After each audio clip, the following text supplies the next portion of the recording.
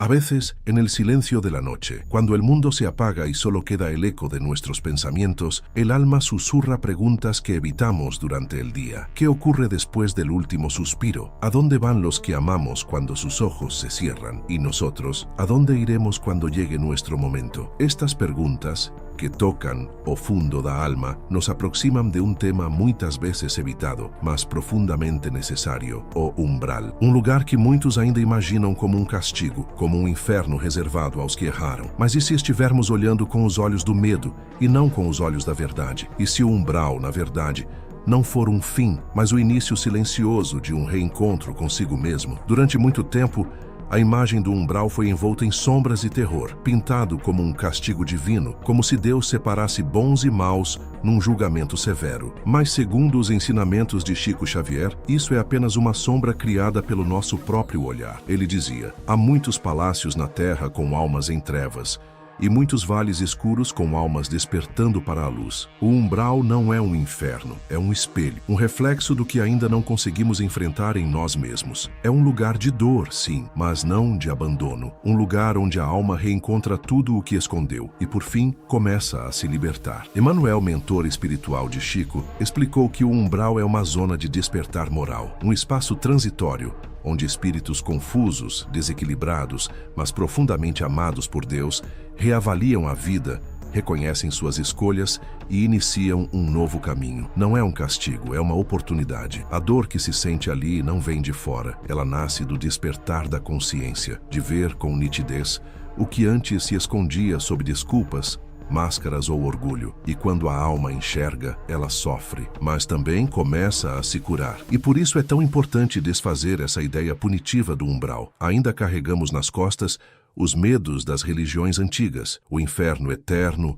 o Deus vingativo, o julgamento cruel. Mas o Espiritismo veio nos ensinar algo diferente. Veio nos lembrar que Deus é Pai, que não pune, educa, que não condena, acolhe, que não desiste de ninguém. Allan Kardec foi claro ao afirmar: toda alma é chamada à luz, ainda que precise atravessar longos caminhos de sombra. O umbral é parte desse caminho, não um destino final. Muitas pessoas generosas que viveram com boas intenções também passam pelo umbral, não porque fizeram o mal conscientemente, mas porque não se conheceram de verdade. Carregavam vícios invisíveis, dores abafadas, mágoas nunca curadas. Ajudavam sim, mas também alimentavam vaidades silenciosas, orgulhos disfarçados, angústias negadas. E a alma, ao se desprender do corpo, leva tudo isso com ela. No umbral, tudo se revela, tudo se sente. E essa revelação dói, mas é nessa dor que começa o verdadeiro despertar. Um dos relatos mais comoventes recebidos por Chico Xavier foi o de uma mãe que, ao desencarnar, mergulhou em zonas escuras do umbral. Ela não era má, era apenas uma alma ferida,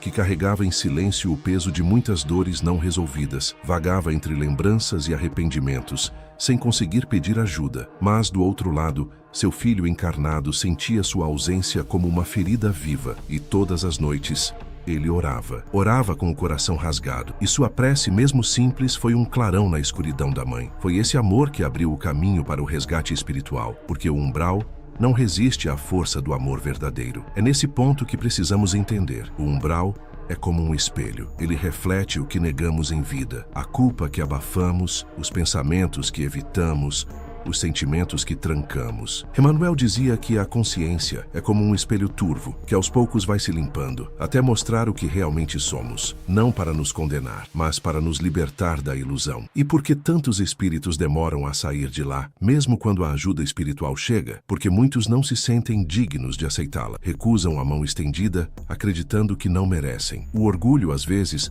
assume formas tão sutis que até a humildade nos parece humilhação. E enquanto a alma não se rende, enquanto não chora sinceramente, enquanto não diz sim, eu preciso de ajuda, ela permanece onde está, não por castigo, mas por escolha vibracional. Há também os que simplesmente escolhem ficar, espíritos que se julgam indignos de qualquer perdão, que se olham com tanto desprezo que não acreditam mais na luz. São almas que se auto-boicotam, que não suportam a ideia de recomeçar, e nestes casos, o amor encarnado pode ser um remédio silencioso, uma carta, uma prece, uma lembrança dita em voz alta. Às vezes é o sussurro de um filho dizendo "eu te perdoo", que desfaz anos de escuridão. Talvez agora você se pergunte, como transformar essa visão sombria que temos do umbral? O primeiro passo é imaginar, não um inferno, mas uma escola silenciosa onde as lições são dolorosas, mas necessárias. E se em vez de medo você visse compaixão? E se em vez de condenação enxergasse um convite à cura? Visualize por um instante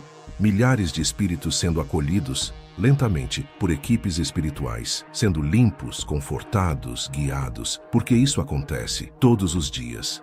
A todo momento, a oração tem um papel essencial nesse processo. Quando oramos com sinceridade, nossa vibração atravessa os véus da matéria. A prece, feita com o coração, é como uma vela acesa no meio da escuridão. Não ilumina tudo, mas já é o suficiente para que alguém encontre o caminho. Muitos relatos espirituais falam de resgates facilitados por orações encarnadas. Por isso, nunca pense que sua prece é pequena. Para quem está no umbral, ela pode ser tudo. Outro fator que prende muitos espíritos ali é o apego à imagem que tinham de si mesmos. Passaram a vida construindo uma persona, o bom pai, a mulher forte, o trabalhador incansável, mas nunca olharam para dentro. E quando a alma se vê, sem máscaras, sem rótulos, o choque é imenso. Ver-se como realmente se é pode ser doloroso, mas é esse ver que começa a libertar. E há ainda os espíritos que, mesmo sofrendo, escolhem ajudar outros. São almas em transição, que já despertaram para a necessidade do bem e começam a servir. Ajudam os que ainda estão perdidos, consolam, orientam,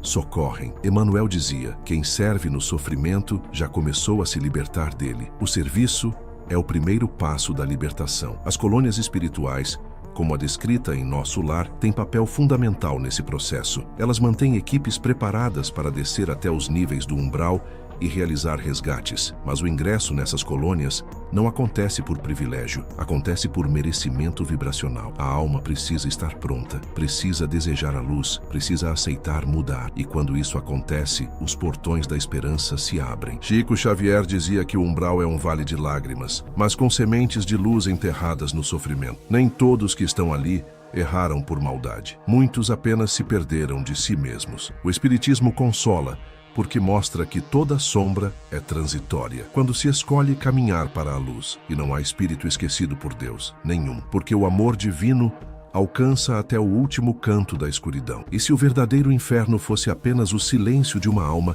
que ainda não conseguiu se perdoar, hoje talvez seja o dia de acender uma vela, não no altar da casa, mas no altar do coração, por você, por quem partiu, por quem ainda está preso em lugares onde só o amor pode alcançar. Chico nos lembra, a esperança até mesmo na escuridão mais densa, porque Deus nunca apaga a lâmpada da consciência. Talvez esta seja a mensagem que sua alma precisava escutar. Talvez esta seja a resposta silenciosa que tanto buscava. E se for, então respire fundo e permita-se sentir. Hoje, só por hoje, descanse na fé. E se esta mensagem tocou sua alma, inscreva-se, porque você não está só e nunca esteve.